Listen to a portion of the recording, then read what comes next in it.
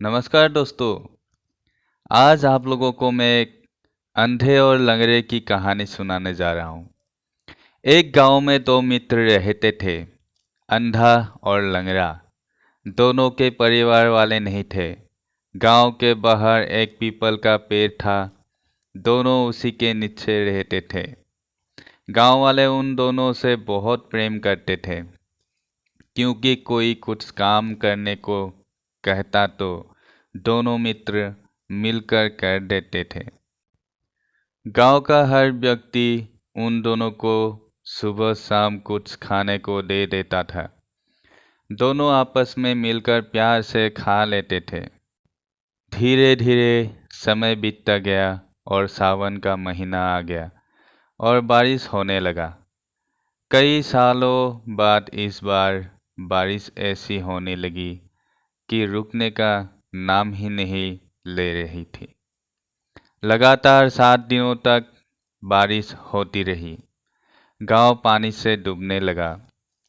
गांव में त्राही त्राही मच गया। गांव छोड़कर लोग भागने लगे।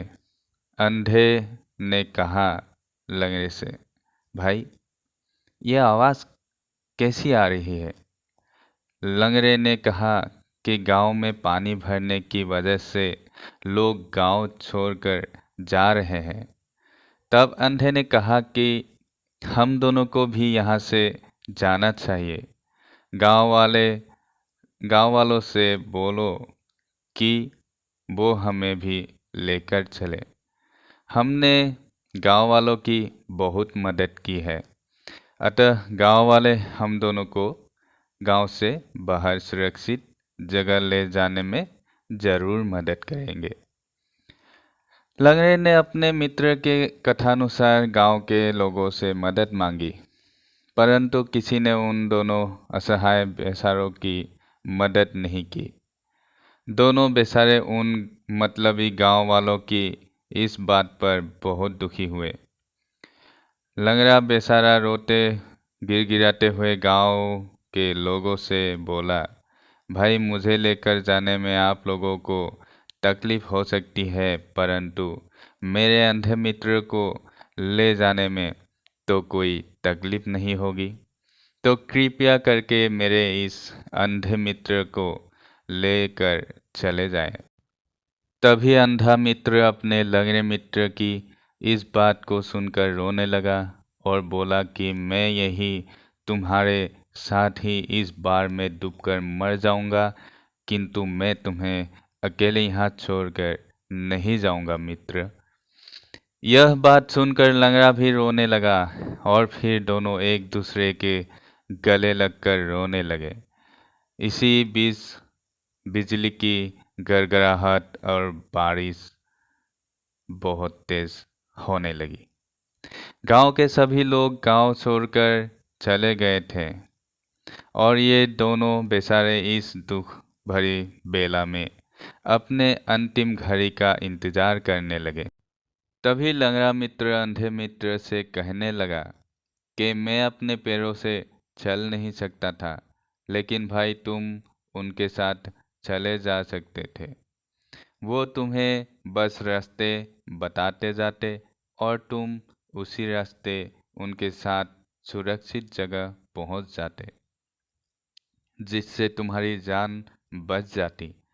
तभी अचानक अंधे ने खुश होते हुए लंगड़े से कहा कि भाई, अब हम दोनों की भी जान बच जाएगी। लंगड़े ने कहा, वो कैसे? अंधे ने कहा, भाई, तुम नहीं चल सकते, लेकिन मैं तो चल सकता हूँ ना। मतलब, लंगड़े के कहा लंगड़े ने कहा। फिर अंधे ने कहा, तुम मेरे कंधे पर बैठ जाओ और फिर इशारे से तुम तथा वो रास्ते बोलकर सुरक्षित रास्ते की तरफ चलने में तुम मेरी मदद करना, जिससे हम दोनों यहाँ से सुरक्षित जगह चले जाएंगे। लंगड़ा अंधे की बात को समझ गया और फिर अंधे की कंधे पर बैठकर उसके बताए गए बात के अनुसार अंधे को मार्गदर्शन देने लगा। वो दोनों मित्र सकुशल सुरक्षित स्थान पहुंच गए। उन दोनों दोस्तों ने, चाहे दुख हो या सुख हो, वे हमेशा एक साथ एक दूसरे की भलाई सोचते थे। समझदारी, ईमानदारी, प्यार और घनिष्ठ मित्रता के बलबूते उन दोनों की जान बच गई। इस कहानी से क्या शिक्षा मिला? इस कहानी से हमें ये शिक्षा मिलती है कि हमें अपने मित्र की हमेशा सहायता करनी चाहिए।